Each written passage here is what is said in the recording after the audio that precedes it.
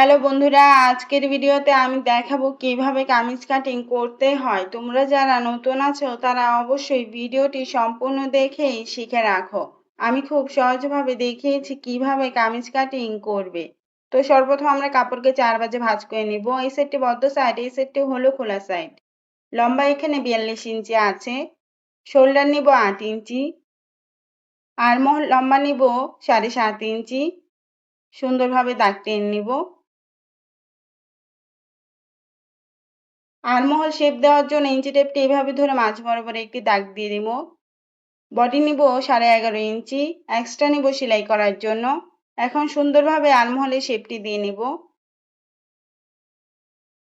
Half inch বাদ রেখে আমি ফাড়ার মাপ নিব। ফাড়া নিব 21 ইঞ্চি। স্কেলের সাহায্যে দাগ টেনে নিব। এখন প্যাটার্ন মাপ বের করব। ইঞ্চি টেপটি এইভাবে ধরে মাঝ বরাবর একটি দাগ দিয়ে নেব। 1 ইঞ্চি নিচে আরও একটি দাগ দিব। স্কেলের সাহায্যে দাগ টেনে নিব। প্যাচ নিব 10.5 ইঞ্চি, এক্সট্রা নিব সেলাই করার জন্য।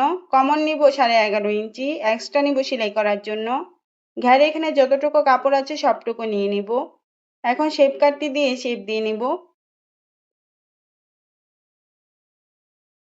উপরেও শেপ দিয়ে নেব সুন্দরভাবে। এখানে একটু সুন্দরভাবে শেপ দিয়ে নিতে হবে। এখন দাগ অনুযায়ী সুন্দরভাবে কামিজটি কাটিং করে নিব। হয়ে গিয়েছে কিন্তু আমার কামিজ কাটিং করা।